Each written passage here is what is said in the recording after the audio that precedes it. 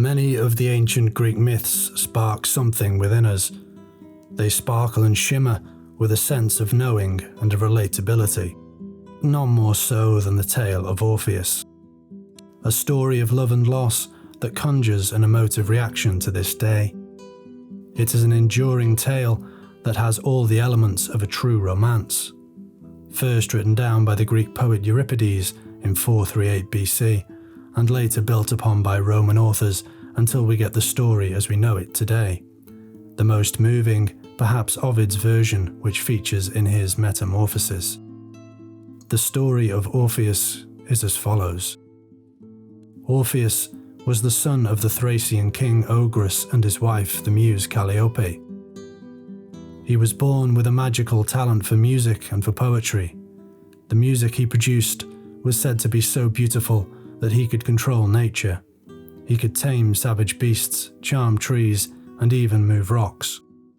As he grew older, Orpheus fell in love with a beautiful nymph by the name of Eurydice. Soon after they married, Eurydice was bitten by a poisonous snake and died. Orpheus was distraught, and his love so strong that he set out on the arduous and dangerous journey to the underworld, where he hoped to reason with Hades and win back Eurydice. Descending from the entrance at Tainaron, Orpheus began his journey and soon met the ferryman Charon and the watchdog Kerberos, who guarded the river Styx, which Orpheus would need to travel upon to enter Hades. Not wanting to be stopped at the first hurdle, he sang for them, and his music charmed them into allowing him safe passage onwards. He eventually reached the abode of Hades and Persephone, gods of the underworld. Here, he once again used his powers of song to plead with them to release Eurydice. Not only did he charm them both, he impressed the entire world of the dead. Tantalos forgot his hunger and thirst. The vultures stopped tearing at the flesh of Tityos. The daughters of Danaos held their pitchers still, and Sisyphus stood motionless. So enamored with Orpheus's talent, Hades and Persephone could not bear to refuse him.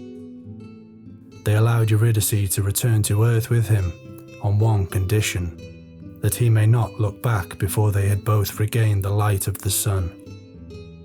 It remains to be discovered as to whether the original Greek version had a happier ending, and perhaps it did.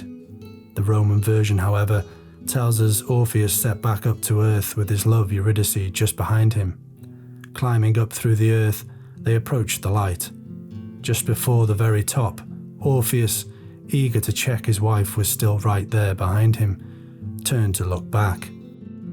Eurydice vanished in an instant, dying for a second time. Orpheus descended once again to try and get her back, but this time Charon refused him passage into Hades. Eurydice was lost forever. He slowly returned to Thrace, where he spent his time in mourning, wandering the countryside singing of the loss of Eurydice. He would never look at another woman. Eventually, he died a terrible death, ripped apart by the women of Thrace, who believed he had scorned them. Upon his death, it was said the trees and animals wept for him. We are told that his body parts were scattered around Greece, with his head being thrown into the river Hebros and floated still singing down into the sea. It eventually reached Lesbos, where it was buried.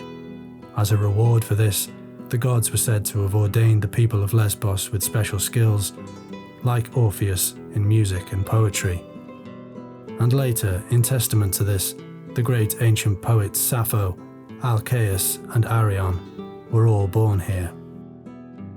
The remaining pieces of Orpheus were gathered up by the Muses and buried at his birthplace, over which a nightingale sang its sweet song. Orpheus was then immortalized when Zeus took his lyre and cast it into the stars, creating the constellation Lyra. The end was not too displeasurable for Orpheus, who eventually passed into Hades, where he was reunited with the woman he loved and could spend the rest of eternity knowing she was safe by his side. The story of Orpheus has long fascinated artists who have used varying depictions to tell the tale of love and loss. For those who wish to look further into this tale, a notable mention is 20th century artist and filmmaker Jean Cocteau's 1950 film Orpheus. Set in modern-day France, I would highly recommend you watch this, not only for its sublime storytelling, but also for its beautiful cinematography. And finally, perhaps the reason the story has endured is due to the nature of the subject matter. It deals with love and loss, two things that almost every person who lives, has lived, and will ever live, will at some point experience. It is because of this that it is still relevant and relatable, and will continue to be so in the future.